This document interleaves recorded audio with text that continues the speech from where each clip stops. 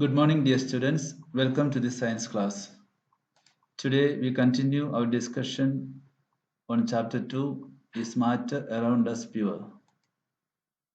Today, let us learn how can we obtain different gases from air. We know air is a homogeneous mixture and can be separated into its components by fractional distillation. If you want oxygen gas from air, we have to separate out all the other gases present in the air. The air is compressed by increasing the pressure. The air is compressed by increasing the pressure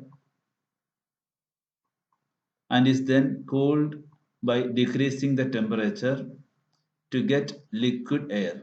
This liquid air is allowed to warm up slowly in fractional distillation column where gases get separated at different heights depending upon their boiling points.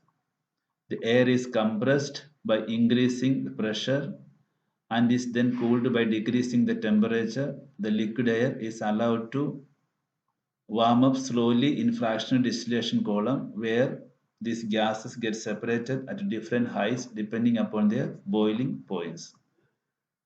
So air is a homogeneous mixture and can be separated into different components by fractional distillation. The flow diagram shows the steps of this process. The air is compressed by increasing the pressure and cooled by decreasing the temperature. This liquid air is allowed to warm up slowly in fractional distillation column and the gases get separated at different heights.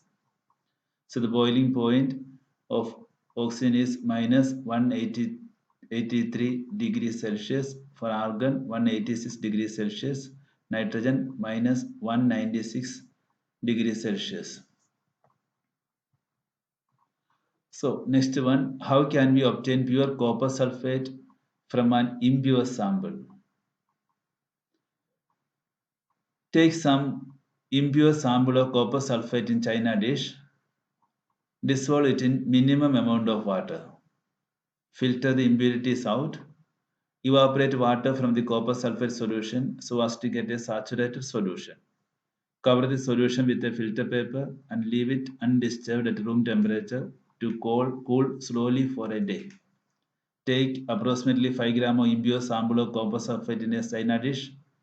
Dissolve this copper sulfate in minimum amount of water. Filter out the impurities.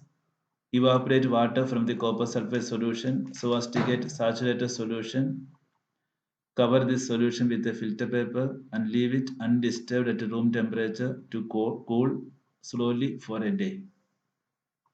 You will obtain the crystals of copper sulfate in the china dish. This process is called crystallization. So the crystallization method is used to purify solids. For example, the salt we get from seawater can have many impurities in it. To remove these impurities, the process of crystallization is used. Crystallization is a process that separates a pure solid in the form of its crystals from a solution. So crystallization is a process that separates a pure solid in the form of its crystals from a solution. Crystallization technique is better than simple evaporation technique because some solids decompose or some like sugar may get charred on heating to dryness. Some impurities may remain dissolved in the solution even after filtration. So on evaporation, this contaminates the solid. So crystallization technique is better than simple evaporation. What are its applications? It is used for purification of salt that we get from seawater, also used for the separation of crystals of alum from impure samples. The students, by choosing one of the above methods, according to the nature of the components of a mixture, we get a pure substances. With advancements in technology, many more methods of separation techniques have been devised. Now let us see the difference between physical and chemical changes. In order to understand the difference between a pure substance and a mixture, let us understand the difference between a physical and a chemical change. So in the last chapter we have learned about a few physical properties of matter. The properties that can be observed and specified, like color, hardness, rigidity, fluidity, density, melting point, boiling point, etc., are the physical properties. The interconversion of states is a physical change because these changes occur without a change in composition and no change in the chemical nature of the substance. That means for physical change, only the physical property of the substance is changed, not the chemical nature of the substance. For example, ice is converted to water. It's an example of physical change. And water is converted to vapor state. Is an example of physical change. So although ice, water and water vapor all look different and display different physical properties, but they are chemically the same. Both water and cooking oil are liquid, but their chemical characteristics are different. So they differ in odor and inflammability. We know that oil burns in air, whereas water extinguishes fire. It is this chemical property of oil that makes it different from water. Burning is a chemical change.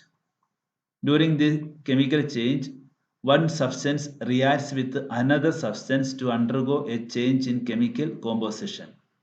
A new substance is formed. The chemical property of the substance changes. Chemical change brings change in the chemical properties of matter and we get new substances. So a chemical change is also called a chemical reaction. Dear students, this is all for today's class.